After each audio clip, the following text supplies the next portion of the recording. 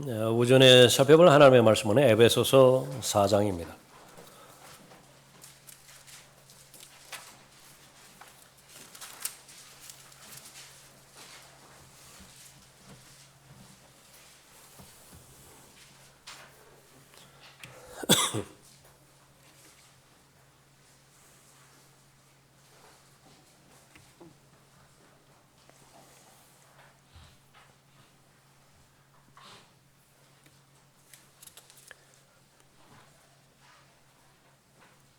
사장 1절부터 3절까지 받도록 하겠습니다.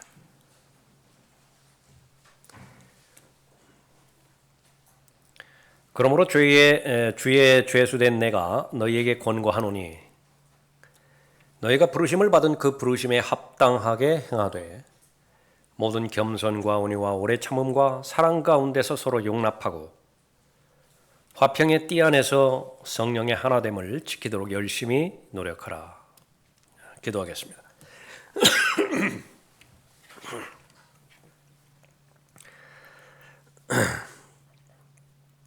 은혜와 자비가 충만하신 아버지 하나님,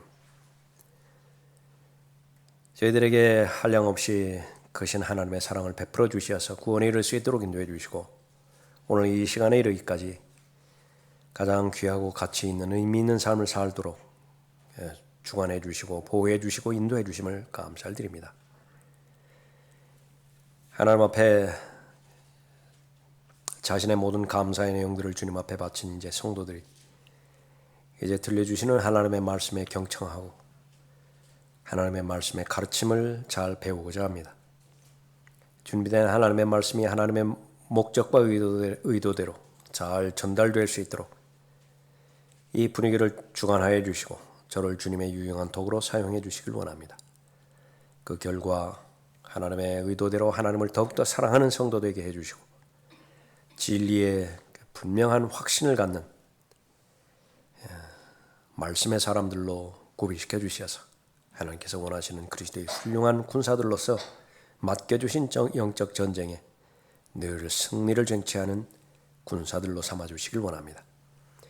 하나님의 은혜가 각 사람의 마음 가운데 넘칠 수 있도록 인도해 주셔서 더 각박해져 가고 더 악해져만 가는 세상의 한복판에서 살아가는 성도들의 마음 가운데 은혜의 비를 부어주시고 또 진리의 말씀으로 기쁨과 감격과 즐거움을 허락해 주시어서 하나님으로 인해서 즐거워하는 귀한 성도들 되도록 인도해 주시길 원합니다. 이 시간을 온전히 주님 손에 탁드려오며 주 예수 그리스도의 이름으로 기도드렸습니다. 아멘.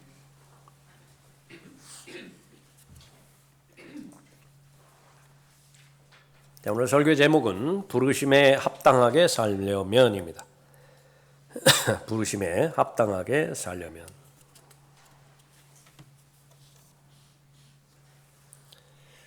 죄인이 구원받는 역사는 하나님의 부르심으로부터 시작됩니다. 아담이 범죄하여 타락했을 때에 하나님께서 아담을 찾으셨어요. 내가 어디 있느냐? 죄의 속성은 하나님으로부터 벗어나게 만들고 하나님으로부터 멀어지게 만들죠. 그것은 스스로 하나님께서 부여해 주시고자 하는 복을 거부하는 것입니다. 근거 없는 자신감 가운데서 살아가는 것인데 하나님 없이도 살아갈 수 있다라고 하는 자신감이죠. 또 하나님께서는 그러한 모든 사람을 불쌍히 여기십니다. 알지 못하기 때문에 그런 결정을 짓는 것이에요. 그래서 계속 부르십니다. 예수 그리스도께서 이 땅에 오신 목적은 죄인을 부르기 위해서 오셨습니다. 죄라고 하는 것이 추상적이고 관념적인 그런 그 개념에 속하는 부분이기 때문에 피부로 와닿지 않습니다.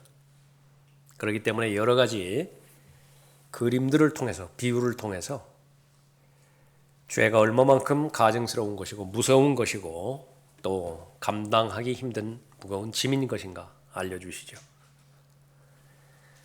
죄는 갚지 못할 빚의 비유를 해주십니다. 그래서 몇 번 말씀드렸지만은 그렇게 한 번쯤은, 두 번은 좀 많고요. 한 번쯤은 아주 힘든 채무 관계에 놓여서 한번 극복해 볼 그런 기회를 갖는 것이 필요할 것 같습니다. 새벽부터 일어나서 밤중까지 일을 해도 그렇게 열심히 일해서 돈을 벌었는데 이자 감당하기도 힘듭니다. 원금 갚는 것은 생각지도 못해요. 근데 너무 까마득해요. 1, 2년 안에 이거 끝날 문제도 아닙니다. 자신의 당대에는 물론이고 다음 대까지도 빚을 물려줘야 될 그런 판이거든요. 사람이 배고파서 그렇게 생을 마감하는 그런 경우는 드물죠. 먹을 것이 많이 있다 하더라도 빚 문제를 해결하지 못하기 때문에 극단적인 선택을 하는 경우가 있습니다. 그래서 성경에서 그 감당할 수 없는 빚을 탕감해 주셨는데, 말씀해 주셨는데, 죄라고 하는 빚입니다. 하나님 앞에 저지른 죄가 해결되기 위해서는 부채를 갚아야 되는 것인데, 그러니까 예수님께서 그 빚을 갚아주시기 위해서 오셨어요. 다 이루었다 말씀하셨을 때 그것은 다 갚았다 그 말입니다. 더 이상 갚을 나머지가 없는 것입니다. 하나님의 부르심에 응답한 사람들 모두가 다 그 자유로움을 경험하는 것입니다. 하나님의 부르심은 또 하나는 저주받은 질병에서 헤어나지 못하는 병자에 대한 그림을 보여주셨습니다. 성경에는 종창이라고 하는 말이 나오죠. 암이라고 하는 말입니다. 얼마나 쉽게 퍼집니까? 구약에서는 문둥병입니다. 문둥병에 걸리면 모든 부분으로부터 다 격리가 되어집니다. 사회생활을 할 수도 없고요. 지금까지 축적해 놓았던 모든 재산은 물론이고 명예, 그것도 일순간에 다 사라지는 것입니다. 소원은 하나밖에 없습니다. 문둥병이 치유받고 그것을 그 사회에서 인증해 줘야 돼요. 저 사람은 문둥병으로부터 치료받았다고. 코로나에 감염되었을 때 여러분 부자연스럽죠? 옆 사람이 색안경 끼고 봅니까? 그건 비교의 대상도 안 됩니다. 그러나 의사 중에 의사이신 예수 그리스도께서 사람들이 어떠한 과학의 기술을 동원해서도 만들어 놓을 수 없는 죄라고 하는 바이러스에 대한 백신을 완성해 놓으셨는데 그 재료가 바로 예수님의 피이신 하나님의 피로 만든 백신이기 때문에 그것은 100% 치료가 가능한 백신이 만들어졌죠. 칼보리 십자가에서 만들어진 것입니다. 원하기만 하면 모두가 다 접종받을 수 있습니다. 근데 한 회로 끝나는 거예요. 2차, 3차, 부스터 이런 거 필요 없습니다. 단 한 번만 접종하면 다 치유가 되어지는 것입니다. 하나님의 부르심입니다. 자, 그것이 하나님의 부르심의 가장 커다란 그 내용인 줄 알았더니 그것은 시작이었습니다. 그 외에 천상에 준비해 놓으신 영적인 복이 있는데 하나도 빠뜨리지 않고 모든 영적인 복을 주시기 위해서 우리를 불러주셨다 말씀하십니다.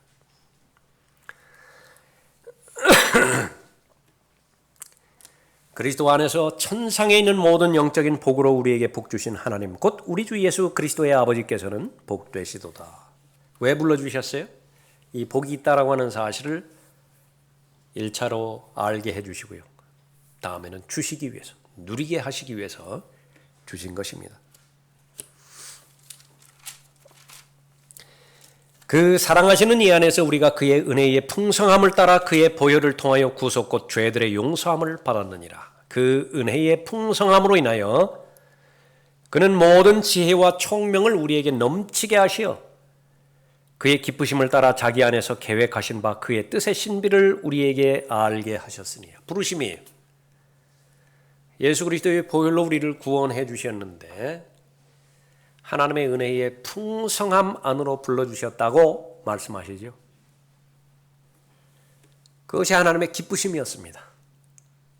하나님의 기쁘심에 따라서 자기 안에서 계획하신 바, 여러분을 향한 하나님의 계획이 있는데 그 계획은 예수 그리스도를 중심으로 해서 모든 만물을 다 모으시는 것이었습니다. 예수 그리스도 안에서 하나가 되게 하신 것입니다. 그래서 에베소서 1장에서는 불러주신 결과 우리로 하여금 알게 해주시고 깨닫게 해주시고 누리게 해주셔서 성도들로 하여금 하나님을 찬양케 하십니다. 하나님을 찬양케 하려 하십니다. 찬양케 하려 하심이라 찬양케 하려 하심이라. 부르심을 받은 사람은 하나님에 대해서 감사하지 않을 수가 없고요. 그 감사의 가장 적극적인 표현은 하나님께 찬양 드리는 것입니다. 이는 값주고 사신 그 소유를 구속하기까지 우리의 유업의 보증이 되사 그의 영광을 찬양케 하려 하심이니라. 하나님께서 우리를 어떻게 불러주셨는지, 그 불러주신 복이 어떤 것인지 정확하게 올바로 알게 해주시는 것이 바로 하나님의 신비에 속한 계시였습니다. 에베소 성도들은 하나님의 복을 받아서 에베소서 1장부터 시작해서 3장에 이르기까지 이러한 올바른 하나님의 부르심의 내용들을 잘 알았습니다. 이제는 적용이 남았어요. 설교는 두 가지로 구분이 되어집니다. 하나는 내용 분석이에요. 하나님의 진리의 말씀을 설교자가, 준비하는 자가 잘 공부하고 잘 대비하고 잘 구비하는 것입니다. 많은 시간 들이겠죠. 50% 끝납니다. 그러나 50% 넘지 않아요. 아무리 많이 준비하고 공부해도 나머지 50%는 적용입니다. 나의 것이 되어야 돼요.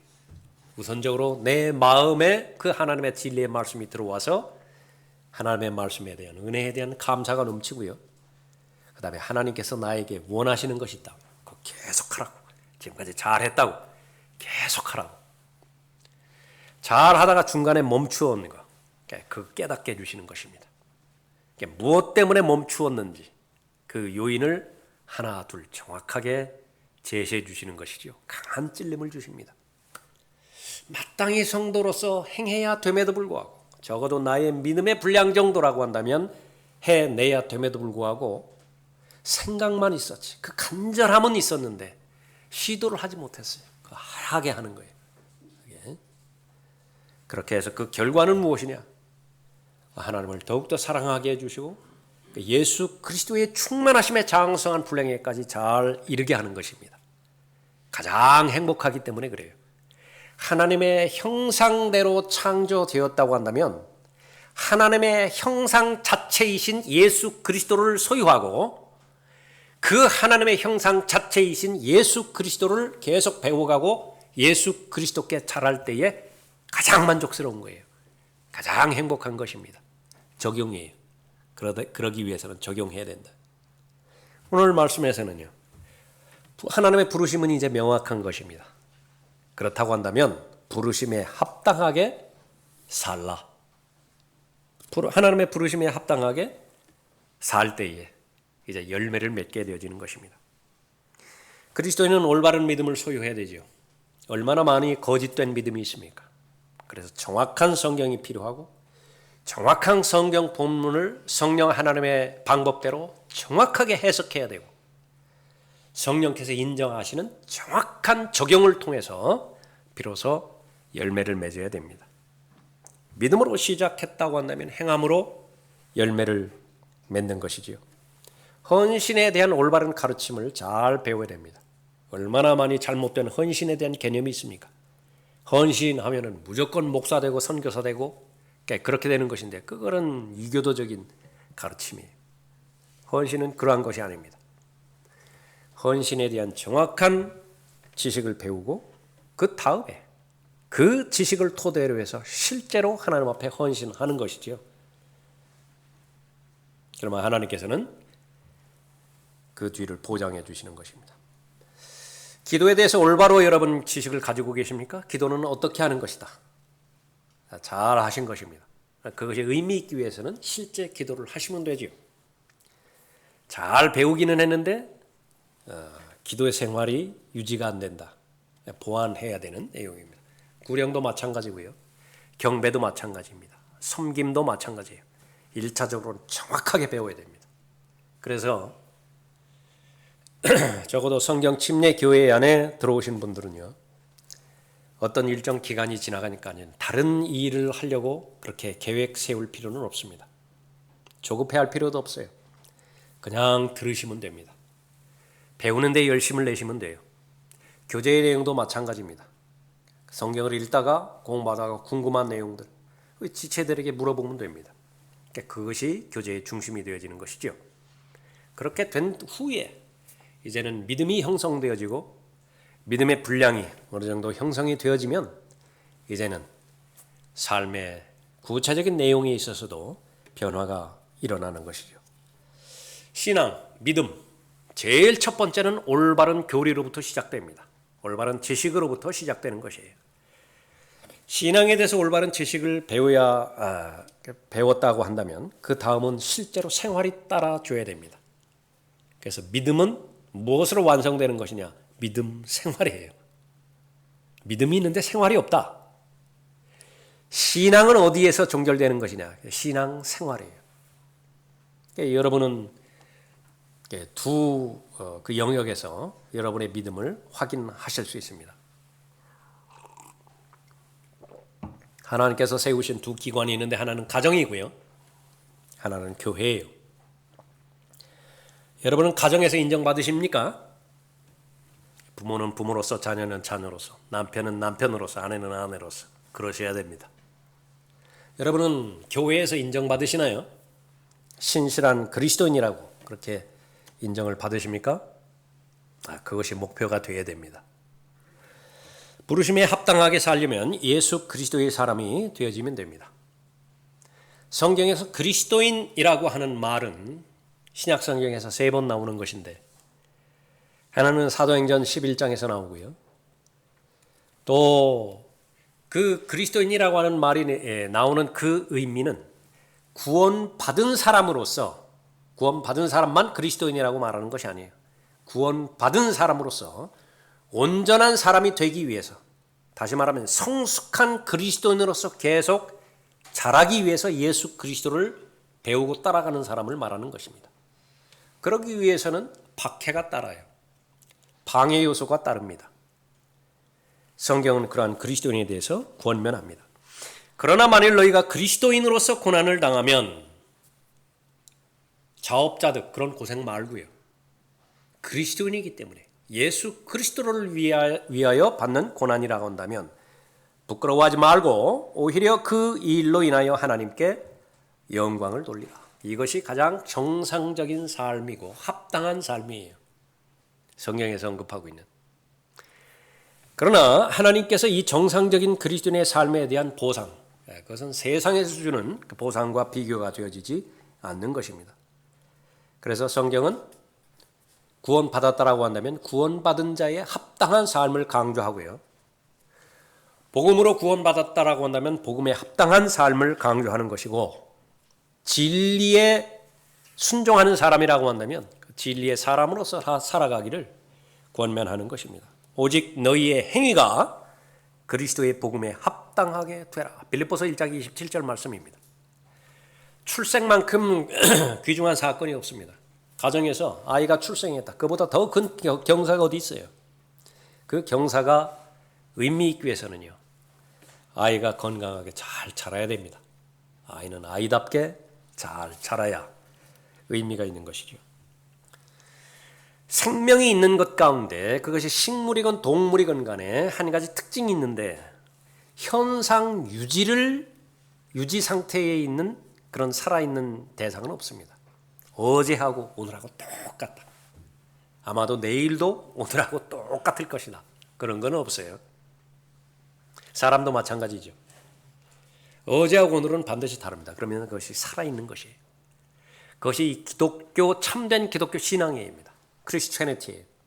종교는 다릅니다. 종교는 1년 전이나 지금이나 똑같아요. 죽어있기 때문에 그렇습니다. 가끔 먼지나 닦아주면은요, 그거에 만족하는 것입니다.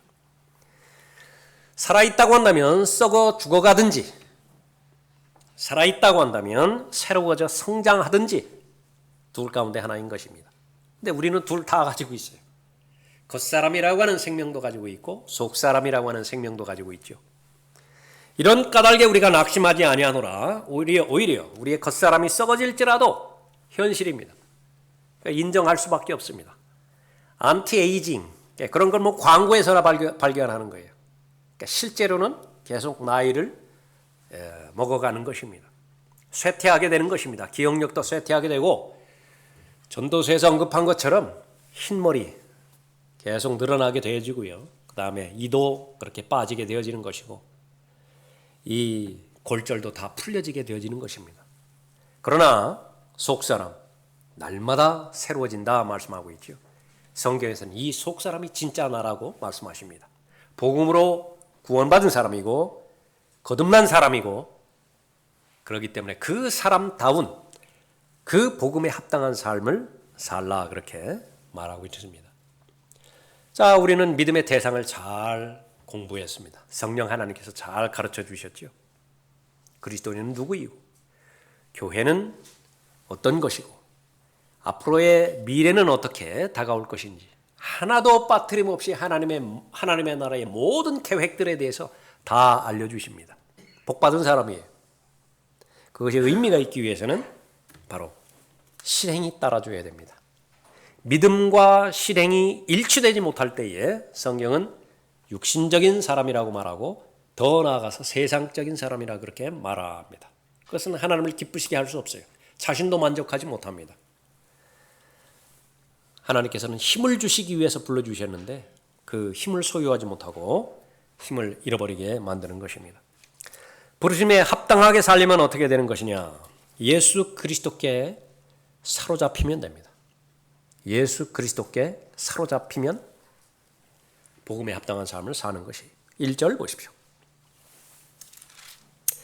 그러므로 주의 죄수된 내가 너희에게 권고하노니 너희가 부르심을 받은 그 부르심에 합당하게 행하되. 부르심에 합당하게 살려면 예수 그리스도의 사람이 되면 되는 것인데, 1차적으로 예수 그리스도께 붙잡혀 있다 말하죠. 주의 죄수된 나, 그렇게 언급하고 있습니다. 사도 바울은 지금 로마의 감옥에 갇혀 있습니다. 로마가 바울을 붙잡았죠. 로마의 죄수가 된 것입니다. 그러나 그렇게 생각하지 않습니다. 몸은 구속할 수 있어요. 그러나 바울 자신인 혼, 바울 자신인 영, 그것은 어느 누구도 감금할 수가 없습니다. 왜냐하면 예수 그리스도를 통한 진리의 지식을 알았을 때 자유로워졌기 때문에 그렇습니다. 자유롭게 예수 그리스도와 교제하고 예수 그리스도와 동행할 수 있기 때문에 그런 것이지요. 그런데 실제 죄수라고 고백합니다. 나는 예수 그리스도의 죄수다. 예수 그리스도께서 나를 사로잡은 것입니다.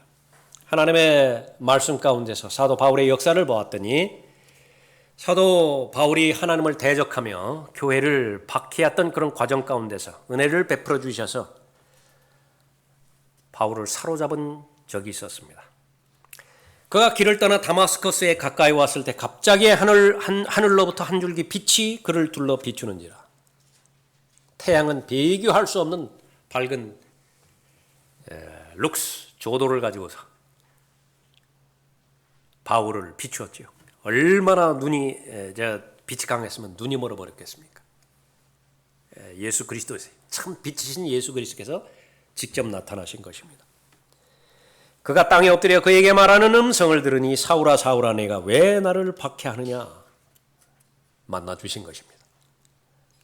그런데 만나 주실 만한 자격이 있어서 만나 주신 것이 아니라 우리가 익히 알듯이요, 원수예요. 왜 나를 박해하느냐? 원수를 만나 주신 것입니다. 목적은 무엇입니까? 은혜를 주시기 위해서 하나님께서 불러주신 것입니다. 그러자 그가 말하기를 주여 당신은 누구시니까? 라고 하니 주께서 말씀하시기를 나는 내가 박해하는 예수라. 가시채를 걷어차는 것이 내게 고통이라 하시더라. 극적으로 구원받았습니다. 예수 그리스도를 만나면 구원받게 되지요. 그러면 이 구원받았다라고 하는 것은 그 다음에 즉시로 이어지는 사건 하나가 있는 것인데, 어느 누구에게든지 차별을 두지 않고 예외 없이 하나님께서 일을 맡기십니다. 그 목적으로 구원해 주시는 것입니다. 그가 떨며 놀라서 말하기를 주여 내가 어떻게 하기를 원하시나이까? 여러분들 다 똑같은 질문을 하는 거예요. 내가 아무리 생각해 본다 하더라도 내가 감당할 만한 이 감당할 수 없는 빚을 단번에 탕감해 주셨는데 거기에는 목적이 있습니다. 무엇을 하기를 원하십니까? 아무리 많은 병원 찾아보고 약을 복용해보고 돈을 다 써본다 하더라도 치료받을 수 없는 이 불치의 병에 걸렸을 때에 하나님께서 은혜 가운데서 온전한 사람으로 치유시켜 주셨는데 거기는 목적이 있을 것입니다. 무엇을 하기를 원하십니까? 아무리 내가 애를 쓰고 또 노력을 해본다 하더라도 그 중독에서 벗어날 길은 없었는데 오죽하면 제 손모가지를 끊어냈겠습니까? 그러면서도 처자식이 그렇게 고생하고 먹을 것 없고 집이 저당받쳐서 밖으로 몰아내도 그 중독을 끊을 수 없었는데 하나님께서 그 중독으로부터 나를 구원해 주셨습니다. 이건 있을 수 없는 일입니다. 거기에는 목적이 있을 것 같습니다. 내가 무엇을 하기를 원하십니까? 주께서 그에게 대답하여 말씀하시기를 일어나서 성읍으로 들어가라. 그러면 내가 행해야 할 일을 내게 일러주리라 하시더라. 예수 그리스도께서 목적을 가지고 이 땅에 오셨죠. 하나님의 때가 되시자 다 이루었다 말씀하시고 이제 승천하셨습니다. 그러면 예수님의 일이 다 끝났나요? 그렇지 않습니다. 여전히 예수님께서 스스로 행하셔야 될 그런 하나님의 일은 여전히 남아있어요. 근데 예수님은 몸이 없습니다. 몸을 필요로 해요. 그 몸 안에 예수 그리스도의 마음과 예수 그리스도의 생각을 넣어주실 것인데 누가 예수 그리스도의 마음과 생각을 소유하고 예수 그리스도께서 하셔야 될 그 일을 행할 수 있는 것인가 찾으시는 것이에요. 부르시는 것입니다. 예수님의 부르심이에요. 예수님께 사로잡힌 사람들, 예수님의 목적이 자신의 목적이 된 사람입니다. 그 목적은 무엇입니까? 예수님께서는 은혜를 주시기 위해서, 예수님께서는 은혜를 전달하기 위해서 이 땅에 오셨는데 바로 내가 그 예수님의 도구가 되어서 은혜의 통로가 되게 하시는 거예요. 진리의 통로가 되게 하는 것입니다. 나를 통해서 하나님의 은혜가 흘러가고 나를 통해서 하나님의 진리가 전달되는 것입니다. 실제로 이 사실을 액면 그대로만 받아들인다고 한다면 이보다 더 큰 복은 없습니다. 이보다 더 큰 권세는 없습니다. 쓰임 받기 위한 것이 사람의 존재 의미라고 우리가 살펴봤었죠. 사람이요, 자기의 목적이 없다고 한다면, 사명감이 없다고 한다면 그 존재 의의가 없습니다. 그것은 멸망하는 짐승과 같아요. 그러나 무엇보다도 하늘과 땅에 있는 모든 권세를 가지신 그분께서 나를 도구로 사용하셔서 친히 그분의 마음과 생각을 내 가운데 넣어주시고 나를 사로잡으시겠다고 그렇게 말씀하셨을 때 처음에는 부담감으로 왔을지 모르지만 그것보다 더 큰 복이 없는 것입니다. 내가 이미 이르렀다 함도 아니요 이미 온전해졌다 함도 아니라 다만 나는 붙잡으려고 쫓아갈 뿐이라. 나 역시 그것을 위하여 이 그리스도 예수께 붙잡혀 있노라. 비결은요, 예수 그리스도께 붙잡혀 있으면 달려갈 그때까지 계속 달려갈 수 있어요. 그것이 바울의 소망이었습니다.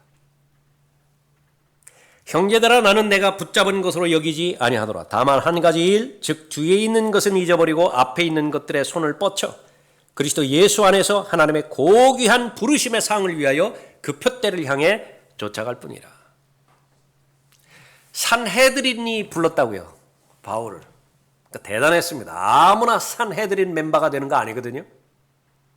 대단한 특권으로 얘기했습니다. 최선을 다해서 그 부르심에 합당한 삶을 살았다고요. 구원받기 전에 사도 바울입니다. 구원받기 전에 가말리엘이 사도 바울을 불렀다고요. 대단한 영광입니다. 아무나 제자 삼아주지 않아요. 모든 사람이, 세상이 부러워하는 그 석학 밑에서 수제자로서의 배움의 길을 걸었던 것입니다. 그것이 대단한 영광이었는데 세상적인 기준에서 보았을 때는 부족한 것이 없어요. 이만큼 누리는 권세가 더 이상 없었던 것입니다. 그러나 예수 그리스도를 만났다고요. 비교해 보았을 때요, 다 배설물과 똑같았어요. 인생은 길지 않습니다. 인생은 짧은 기간이기 때문에 이것도 배우고 저것도 배우면 좋겠지만은 단 한 가지 배움만 선택하라고 한다고 한다면 예수 그리스도로부터 배우는 그 배움 이외에는 선택의 여지가 없어요. 다 배설물과 같기 때문에 그렇습니다. 인생의 목적이 역시 마찬가지예요. 이것저것 다 해보았으면 좋겠지만 천년 만년 사는 거 아니에요. 길어야 70년 80년입니다. 그것도 잠자는 시간 생존을 위해서 소비하는 시간 빼면은요 몇 년 안 돼요. 몇 년, 불과 몇 년 안 됩니다. 의식 있는 시간은. 이리저리 휩쓸릴 시간이 없다고요. 하나님의 고귀한 부르심의 상을 위하여 그 표대를 향해 쫓아갈 뿐이라 그랬죠. 이제는 예수 그리스도의 사명을 받은 예수 그리스도의 부르심을 받은 사람이 되었습니다. 그 사람의 고백이에요. 그러나 나의 달려갈 길을 기쁨으로 끝마치고 내가 주 예수로부터 받은 사역, 내가 스스로 대사가 된 거 아니에요. Self-appointed ambassador. 얼마나 수많은 사람이 있습니까? 스스로 목사가 된 사람들, 스스로 하나님의 사람이라고 자처하는 사람들. 그러나 바울만큼은 아니에요. 예수 그리스도로부터 사역을 받은 거예요. 내가 주 예수로부터 받은 사역, 곧 하나님의 은혜의 복음을 증거하기 위해서라면 이런 일을 전혀 개의치 아니할 뿐만 아니라 감옥에 갇히는 거예요. 미리 알려주셨다고요. 거기에 가면 갇힐 것이라고. 그러나 개의치 않는다. 이런 일을 전혀 개의치 아니할 뿐만 아니라 나의 생명을 조금도 아끼지 아니하노라. 구원과는 상관없는 일제 강점기 가운데서 오로지 민족의 해방만을 목적을 두고서 자신의 생명을 헌신했던 애국자들이요. 윤봉길 의사. 한번 생각해 보십시오. 그 사람은 가족도 있었겠죠. 그 사람도 관계된 많은 그 일들이 있었겠죠. 무엇 때문에 조국을 위해서 자신의 그 젊은 청춘을 그렇게 바쳤겠습니까? 의미 있는 삶이죠. 안중근 의사 역시 마찬가지입니다. 유관순 열사 역시 마찬가지죠.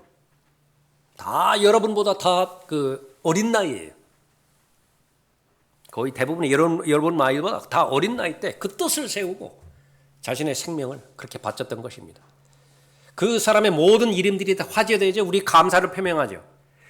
그러나 한 가지 아쉽고 안타까운 것이 있다고 한다면 아무리 훌륭한 일을 했다 하더라도 그 훌륭한 일이 예수 그리스도와 연관이 되지 않았다고 한다면, 다시 말하면 예수 그리스도로부터 거듭난 적이 없다고 한다면 그것은 이 세상에 제한될 뿐이에요. 그러나 하나님으로부터 부르심을 받은 사람은 어떤 사람인가? 그것은 이 세상뿐만 아니라 다가오는 세상, 영원에까지 영향을 미치는 하나님의 부르심을 받은 사람이라고 하는 사실입니다. 예수 그리스도께서 여러분을 만나주시고요. 거기에서 그치는 것이 아니라 여러분을 사로잡으신 적이 있다고요. 여러분을 만났으면 여러분을 사로잡은 거예요. 여러분은 예수 그리스도의 포로가 된 것입니다. 여러분이 인정하든 인정하지 않든 그것은 성경적 사실이에요. 그리스도의 사랑이 우리를 강권하시느니라. 이는 한 사람이 모든 사람을 위하여 죽으면 모든 사람이 죽은 것이라고 우리가 판단하기 때문이라. 여러분의 판단입니까? 그가 모든 사람을 위하여 죽으신 것은 산자들이 이제부터는 더 이상 자신들을 위하여 살지 않고 자기들을 위하여 죽었다가 다시 살아나신 그분을 위하여 살게 하려는 것이라. 하나님의 부르심의 내용을 잘 몰랐을 때 이 말씀은 대단히 부담스럽게 여겨진다고요. 더 이상 나 자신을 위해서 살지 않고 나를 위해서 죽었다가 다시 살아나신 그분을 위해서 살게 하는 삶이라고 한다면 내가 살아온 인생의 계획과 목표는 어떻게 되는 것입니까? 내가 지금까지 추진하고 있는 이 사업 계획, 이거 어떻게 되는 것입니까? 대단히 부담스럽다고요. 그러나 정말로 성경적 엑스레이로 한번, 성경적 CT와 성경적 MRI로 한번 촬영해 볼까요? 그러한 삶이 어떤 삶인 것인지. 이는 그가 육체 안에서 자기의 남은 때를 더 이상 사람의 정욕을 따라 살지 않고 하나님의 뜻을 따라 살게 하려 함이라. 복이에요. 하나님 배제시키고 내가 중심이 돼서 나의 뜻을 세우고 내 힘으로 내 생애를 계획하고 운영하고 추진하는 그 결과, 나보다 더 나를 잘 아시는 그분의 결정에 의하면 nothing이에요. 최소한입니다. 아무것도 없어요. 그것은 제일 나은 평가고요. 그 다음에 거의 대부분 마이너스예요. 마이너스라고요. 알기 때문에 우리에게 권면하는 것입니다. 자기의 남은 때, 여러분의 남은 때가 있죠. 하나님께서 아끼시기 때문에 바로 자기의 남은 때를 더 이상 사람의 정욕, 다시 말하면 욕심입니다. 내 중심이 된 계획이에요. 그것에 따라서 살지 않고 하나님의 뜻을 따라 살게 하려 합니다. 우리가 음란과 정욕과 술 취함과 방탕과 연락과 혐오스러운 우상 숭배를 향하여 이방인들의 뜻을 행하는 것은 지난날의 생활로 충분하도다. 어린 시절에 디모데가 구원받은 그 디모데의 구원이 여러분이 부럽습니까? 아니면 죽기 바로 직전 예수님의 십자가 옆에서 달린 그 강도의 구원이 부럽습니까? 처음에는 강도의 구원이 부러웠죠. 할 거 못할 거 다 하다가 나중에 구원받고 하늘나라 갈 수 있는 길이 있다고 하면 그것이 아주 부러웠어요. 말은 그렇게 안 한다 하더라도 속으로 다 그런 부러움이 있었습니다. 그러나 하나님의 은혜를 하나하나 경험하고 하나님의 진리를 하나하나 깨달아갔을 때에 가장 부러운 것은 가장 이른 나이에 구원받는 사람이고, 가장 부러움의 대상은 가장 이른 나이에 하나님의 진리의 말씀으로 잘 훈련받아서 연단받아서 하나님의 사람으로서 하나님의 부르심을 가장 이른 나이에 받은 사람이라고요. 왜 그렇습니까? 거의 무한대로 투자할 수 있다고요. 하나님의 나라에, 하나님의 기업에 거의 무한대로 투자할 수 있어요. 그거 투자되는 것은 최소한 10,000%의 수익을 보장하는 것입니다. 다 건져내는 것이에요. 이 생에서는 물론이고 다가오는 생에서도 마찬가지죠. 이제부터는 더 이상 나 중심으로 살지 않고 하나님의 은혜를 경험하고 그 하나님의 은혜를 전달하는 하나님의 통로로 살겠다고 결심하는 것이죠. 그 근본이 돼서 합당한 예배라고 로마서 12장 2절에서 말씀하십니다. 그러므로 형제들아, 내가 하나님의 모든 자비하심으로 너희에게 권고하노니, 하나님의 자비하심이래요. 하나님의 은혜로우심이거든요. 권고하노니 너희 몸을 하나님께서 기뻐하시는 거룩한 산제물로 드리라. 이것이 너희가 드릴 합당한 예배니라. 가성비가 맞는 거 좋아하잖아요, 여러분. 그렇죠? 열심히 일해서 고생해서 돈을 벌었는데 물건과 바꾸었는데 예상보다 낫다. 속상하죠. 가성비 안 받는 거 그거 아주 속상하게 만든다고요. 합당한 가격, 정상적인 가격, reasonable service, 합당한 예배라고요. 가장 합당한 예배.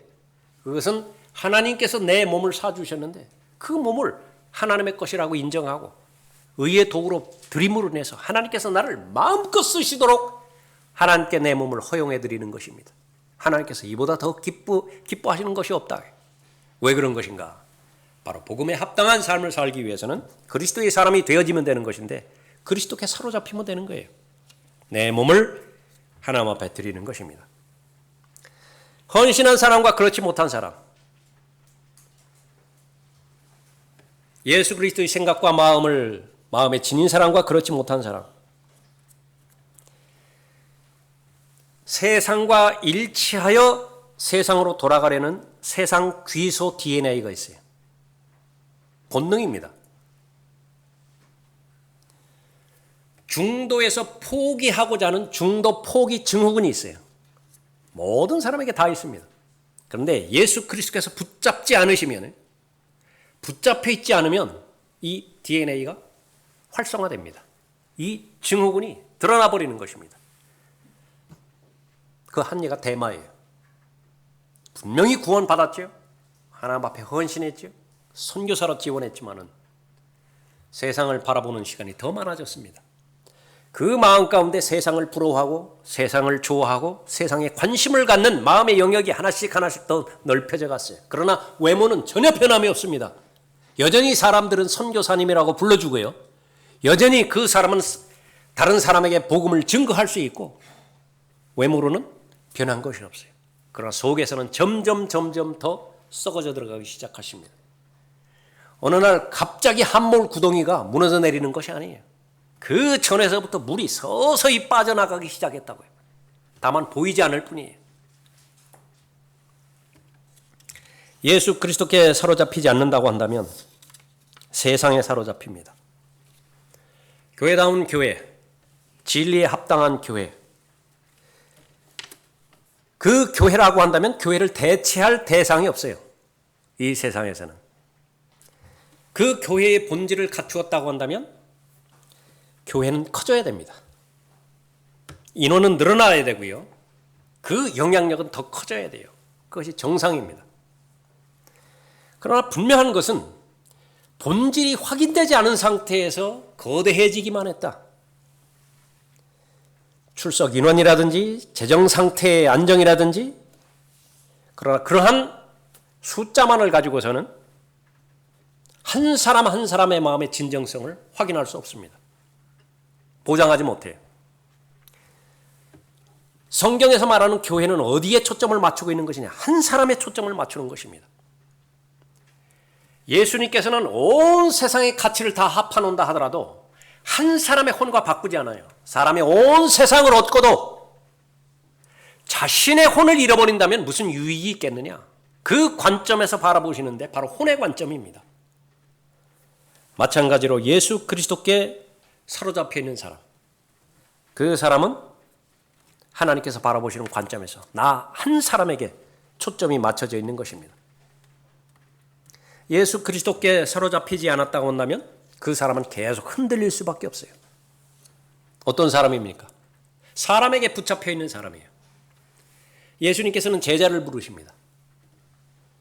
사람들이 그것을 교묘히 이용해서 예수님의 제자가 되게 하기 위해서 예수님께서 불러주시는데 모든 사람이요 목사의 제자를 만들어 버렸어요.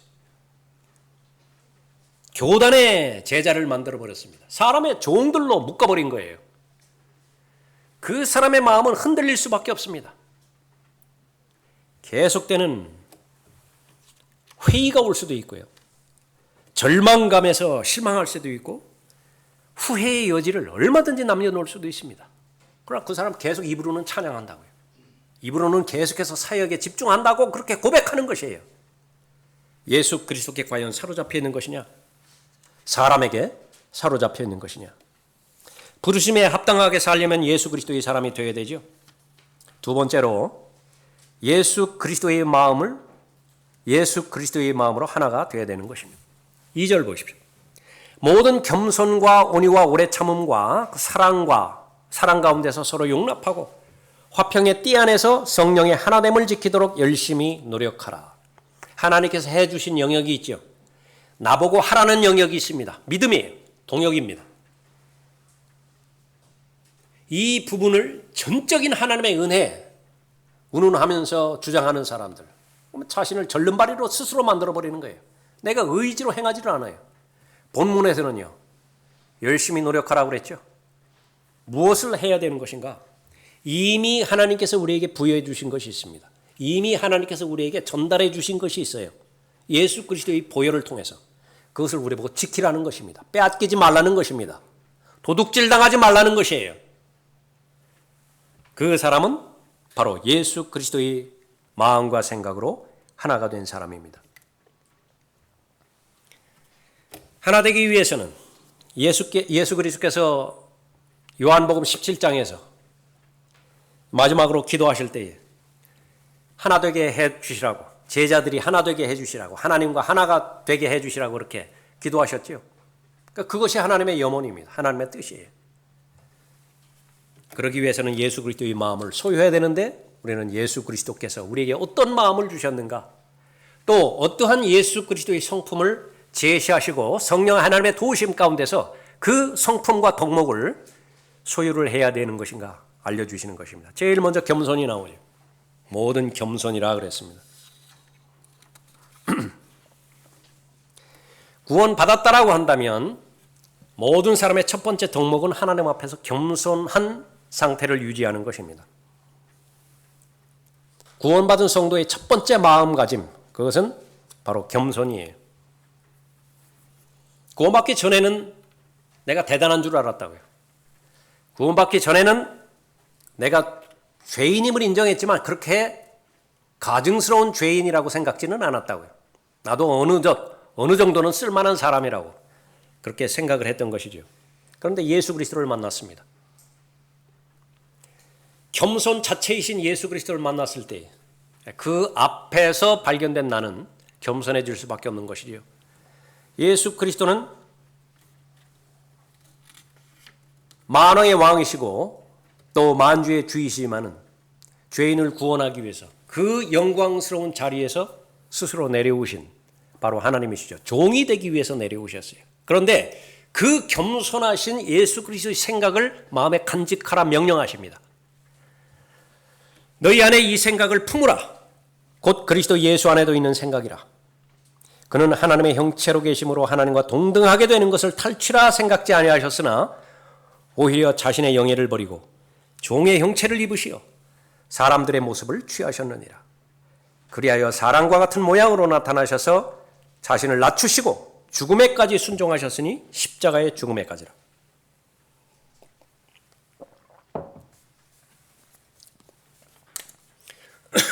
바울은 결코 성경에서 인정하는 겸손의 사람이 아니었습니다. 기고만장했죠. 구원받기 전에 자신의 간증은요, 흠이 없어요. 율법의 대세라고 한다면 자기는 흠잡을 티가 없는 사람이라고 말했습니다.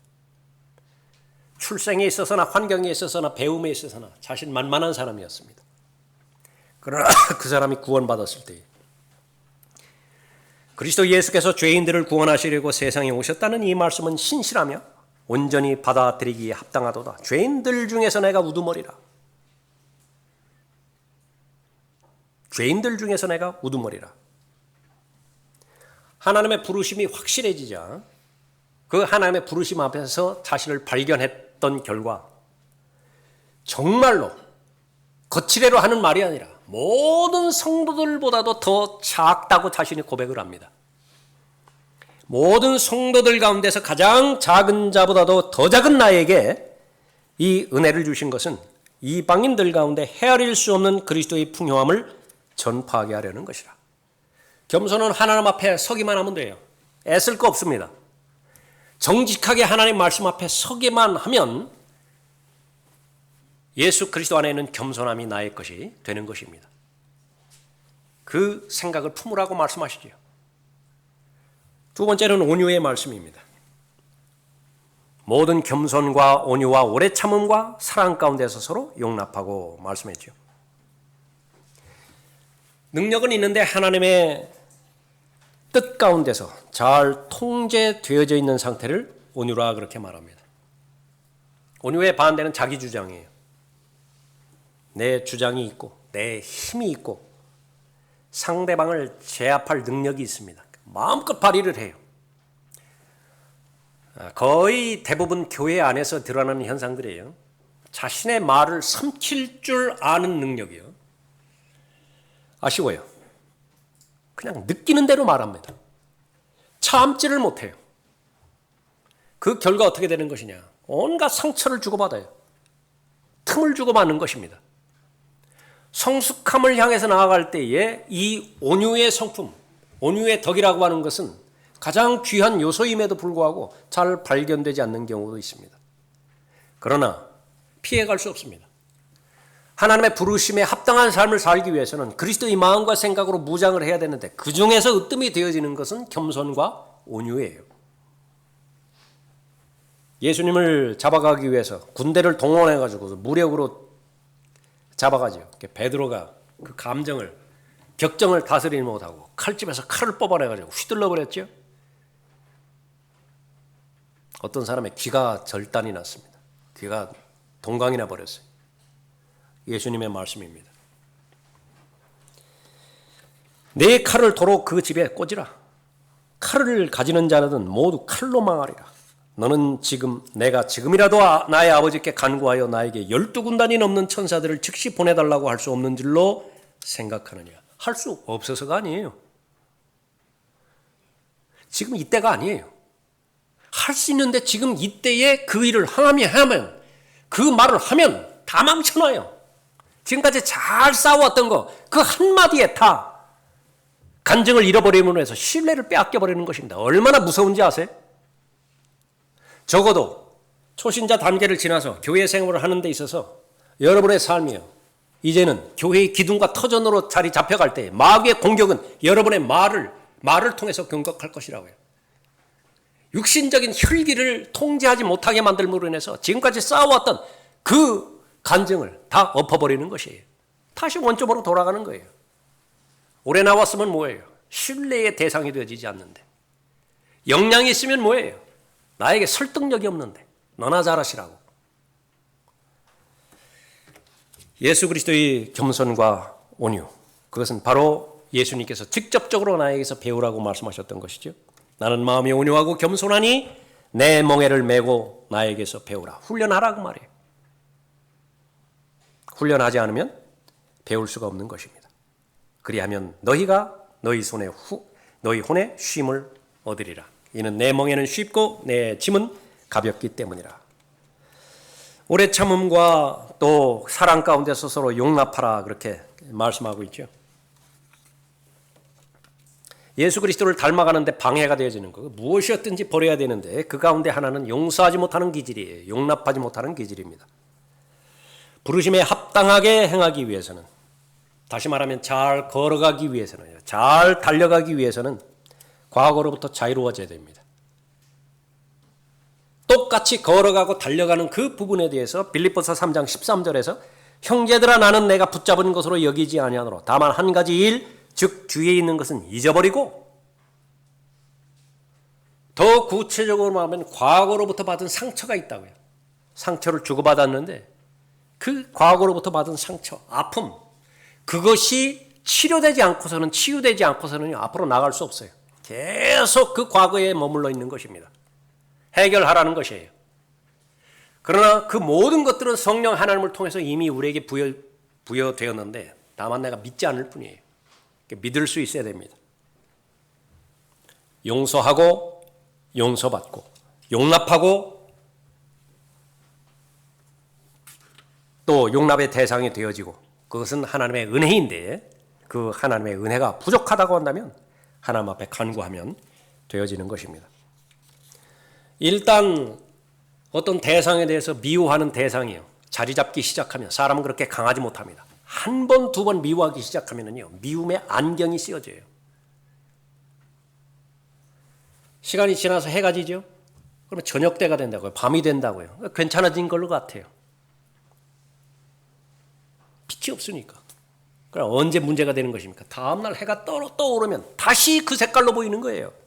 계속 반복을 합니다. 계속 반복을 해요. 마음이 평안했다가 다시 증오심으로 다시 되돌아갔다가. 전진이 안 돼요. 전진이. 진보가 없습니다. 달려가는 것은커녕이고 걸어가지도 못하게 만들어요. 이 부분들을 잘 해결할 수 있어야 되는 것이죠. 자, 여러분은 이 모든 것들이 이미 여러분이 믿든 믿지 않든지 간에 여러분 안에 다 들어있습니다. 그것을 하나님께서는 하나님의 말씀을 통해서 여러분에게 다 알려주셨어요. 다만 여러분은요, 스위치 꽂으라는 거예요. 스위치 꽂으면 불 들어오게 되어 있어요. 스위치 꽂으면 그 엄청난 기계가 돌아가게 되어 있어요. 행하는 것입니다. 믿음으로 주장하는 것이죠. 여러분의 생애는 사람이 부른 생애가 아닙니다. 구원받기 전에는 사람이 불렀다고요. 그러나 구원받은 후에는 예수 그리스도께서 여러분을 부르셨고 여러분은 예수 그리스도로부터 포로가 된 예수 그리스도의 주 예수가 된 거예요. 예수 그리스도의 목적이 여러분의 목적이 된 것이죠. 그 목적대로 행할 때에 여러분은 가장 만족스러운 사람이고 행복하고 가장 가치 있는 삶을 사는 것입니다. 그 일들이 지속적으로 진행되기 위해서는 예수 그리스도의 마음과 생각으로 무장돼야 돼요.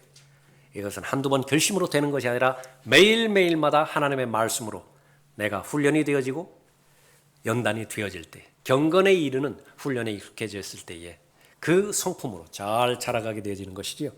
모두가 다 예수 그리스도의 목적을 가지고 예수 그리스도의 생각과 또 마음으로 잘 무장돼서 예수 그리스도를 잘 배워가고 그리스도의 충만하심의 장성한 분량에 지속적으로 잘 이름에 따라서 하나님의 부르심에 합당한 그런 그 삶으로 하나님께 영광을 돌리는 여러분이 되시기 바랍니다. 기도하겠습니다.